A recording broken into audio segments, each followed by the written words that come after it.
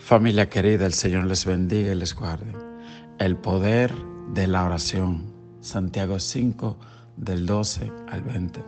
Hay una antigua canción del himnario cristiano que dice: oh, qué amigo nos es Cristo. Él llevó nuestra aflicción y nos manda que llevemos todo a Dios en oración. Ese himno dice: vive el hombre desprovisto de paz, gozo y santo amor, es porque no tiene dicho todo a Dios en oración. El libro de Filipenses nos dice: todas vuestras peticiones sean presentadas delante de Dios con acción de gracia. Y la paz de Dios, que sobrepasa todo entendimiento, guardará vuestros corazones y vuestros pensamientos en Cristo Jesús. Amén. Eso dice el apóstol Pablo a la iglesia de Filipos. Él está dando el secreto de su victoria. Le está diciendo: cuando ustedes lean una carta, una epístola como los Filipenses, como Santiago, la que estamos leyendo ahora, como Timoteo, ustedes están escuchando el corazón de un gran hombre de Dios que está revelando los misterios de Dios, los misterios de su relación con Dios. Lo mismo cuando usted se lee el libro de Deuteronomio, está escuchando la sabiduría de un anciano llamado Moisés. Luego de 40 años en Egipto, luego de 40 años en el desierto, ya él se preparaba para regresar al encuentro con su Dios. Y allí, en Deuteronomio, que significa la ley recitada una vez más, eso es lo que significa el nombre de Deuteronomio. Pues ya él estaba ancianito y reunió la generación que nació en el desierto, porque la que salió de Egipto por desobediente murió en el desierto esos 40 años. Así que él tuvo que enseñar la ley una vez más.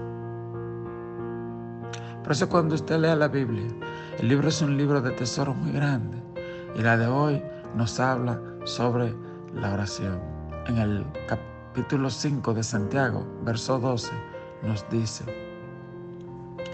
pero sobre todo, hermanos míos, no juréis ni por el cielo ni por la tierra, ni por ningún otro juramento, sino que vuestro sí sea sí y vuestro no sea no, para que no caigáis en tentación. Es decir, este hombre de Dios, Santiago, nos dice el secreto de una buena relación con Dios es la sinceridad. Me recuerda ese himno de Rabito que dice: sinceridad, aleluya. Dice la sinceridad.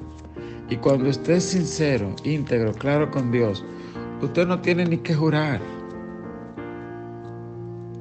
La Biblia dice: el Espíritu mismo da testimonio a nuestro espíritu de que somos hijos de Dios. Pablo, él dice: tú no tienes que jurar. Entonces él dice: sino que vuestro sí sea sí y vuestro no sea no, para que no caigáis en condenación. Está diciendo Santiago. ¿Alguna vez has dicho algo y has tenido que decir: y fulano estaba ahí? De verdad que sí. No es necesario, dice Santiago. Si tú eres un hombre o una mujer de palabra, la gente te cree, va a tener fe en ti. Y uno tiene que pagar ese precio para cumplir las palabras. Y sigue el verso 3 diciendo: ¿está alguno entre vosotros afligido? Haga oración. ¿Está alegre? Cante alabanza. Repito, ¿está afligido? Haga oración. ¿Está alegre? Cante alabanza.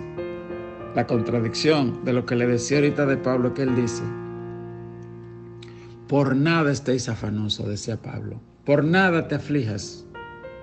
Y dice: sino que todas tus peticiones tú las presentes a Dios con una acción de gracia siempre. No importa lo que pase, cuando vayas a presentarle tu oración a Dios, hazlo con acción de gracia, hazlo dándole gracias a Dios. Él dice: la gratitud es una llave muy grande, abre muchas puertas. Así que cuando tú estás afligido, la gratitud es más poderosa que las lágrimas. Es lo que está diciendo Pablo. En vez de tú ir llorando y desesperado y con cosas, no. Empieza dándole gracias. Recuerda cómo lo hizo Jesús. Padre nuestro que estás en los cielos. ¿Qué cosa? Santificado sea tu nombre. Número 1. Número 2. Venga tu reino. Número 3. Hágase tu voluntad como en el cielo, así en la tierra. Listo. Se murió un familiar. Pasó algo. Me despidieron del trabajo. Hágase tu voluntad. Que en esta situación establezca en la tierra. Aleluya. Amén. ¿Ve? Y ahí, porque tú estás en santificado sea tu nombre. Tal vez por eso fue que Pablo, cuando lo azotaron y estaba allí en el calabozo de la cárcel, en vez de empezar a llorar, a quejar o a lamentarse, lo que hizo fue que se puso a alabar. Y aquí aparece como una contradicción, porque Santiago, reconociendo la debilidad humana, dice, está afligido, haga oración. Está alegre, cante alabanza. Pero en el caso de Pablo, él estaba afligido por esa golpiza que le habían dado. 39 latigazos romanos. Y él estaba cantando. ¿Sabe a qué se debe eso? Se llama el gozo del Señor. El gozo es diferente a la alegría. La alegría muchas veces es motivado por las cosas externas, a veces interna. El gozo siempre es interno, viene de Dios. No tiene que ver con lo que tengas o con lo que no tengas. El gozo del Señor, dice la Biblia, es nuestra fuerza. Entonces, la oración eficaz, aquella que se hace con acción de gracia, en confianza plena de la autoridad y la voluntad de Dios. Voy a continuar. Dice, ¿está alguno enfermo entre vosotros?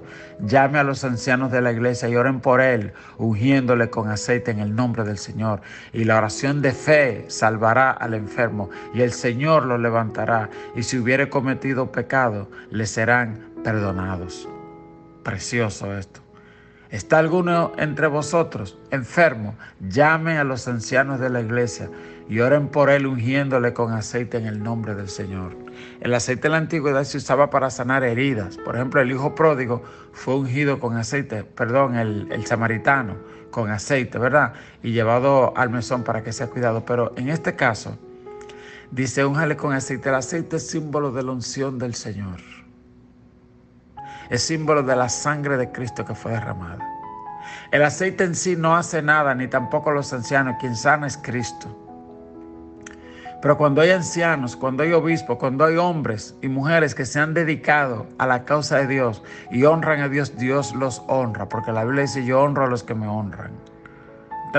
Entonces, eso se supone que son los ancianos, gente que honran a Dios, que tienen una relación con Dios. Y no se refiere a gente viejito, se refiere a gente maduros en la fe. Esa gente, cuando ora, Dios lo escucha. Así que dice, busca esa gente y dile que te unjan con aceite en el nombre del Señor. ¿Por qué los ancianos? Porque a veces tú vas donde fulano, ora por mí, gente que tú sabes que te van a apoyar en la cosa mala que tú estás. Pero el anciano te va a confrontar. Y muchas veces, antes de orar por ti, te va a llevar a confesar. Y te va a decir qué pasó. El Espíritu Santo le va a discernir. Y le dice, no, a este lo que le pasa es tal cosa. Porque hay enfermedades que vienen por el pecado. ¿Usted lo sabía?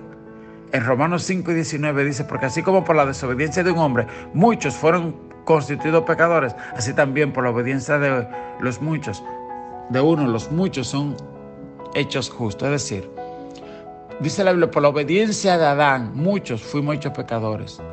Y dice la Biblia que la paga del pecado es muerte. Dice la Biblia, ¿qué quiere decir esto? Que hay problemas que nosotros heredamos desde Adán.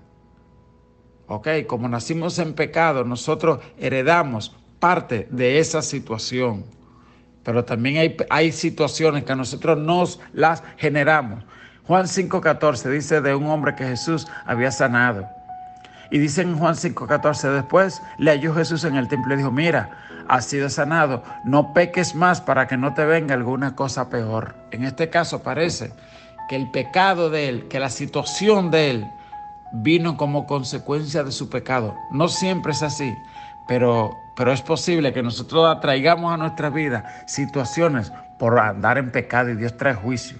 Por eso dice también en 1 Corintios, que por eso hay muchos entre vosotros enfermos y otros ya duermen, dice la Biblia. 1 Corintios 11, 29 al 30 nos dice, porque así el que come y bebe indignamente sin discernir el cuerpo del Señor, juicio come y bebe para sí, por lo cual hay muchos enfermos y debilitados entre vosotros y muchos duermen.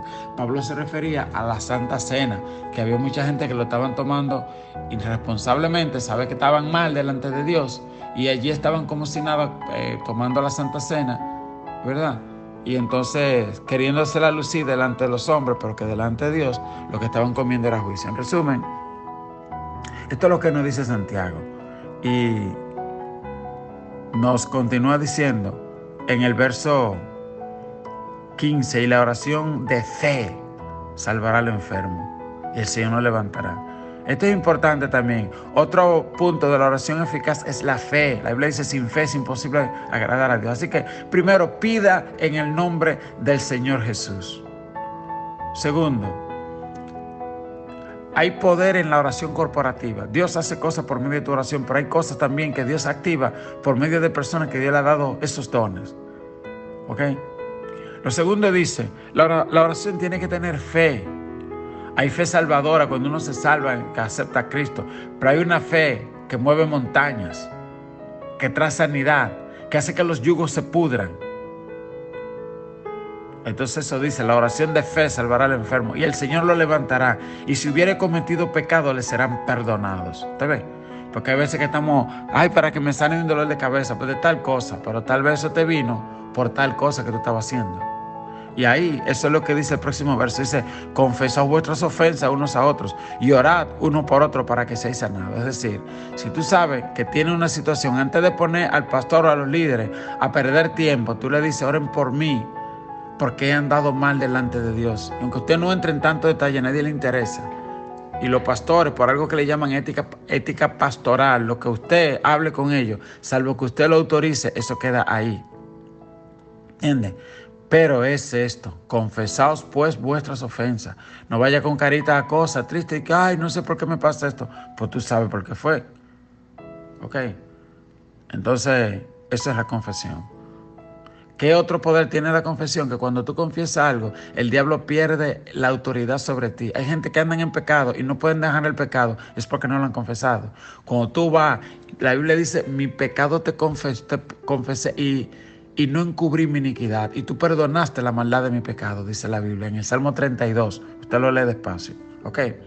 Entonces, una oración que no tiene fe, que está hecha en pecado, pues Dios no la puede oír. Entonces, en el nombre de Jesucristo, con fe, con corazón limpio. Ok. Entonces dice el verso 17, Elías era un hombre sujeto a pasiones semejantes a la nuestra y oró fervientemente para que no lloviese, y no llovió sobre la tierra por 3 años y 6 meses. Y otra vez oró y el cielo dio lluvia y la tierra produjo fruto. Dice Elías era como tú y como yo. Usted recuerda que Elías en una ocasión hasta le dio una depresión y una cosa, ¿verdad? Pero dice, pero ese hombre oró y los cielos se cerraron. El verso 19 dice, hermanos, si alguno de entre vosotros se ha extraviado de la verdad y a alguno le hace volver, sepa que el que haga volver al pecador del error de su camino, salvará de la muerte un alma y cubrirá multitud de pecados. Dios te bendiga, Dios te guarde. Les recuerdo que esta semana continuamos con el ayuno de Daniel bajo el tema sanidad y liberación. Dios te bendiga, Dios te guarde.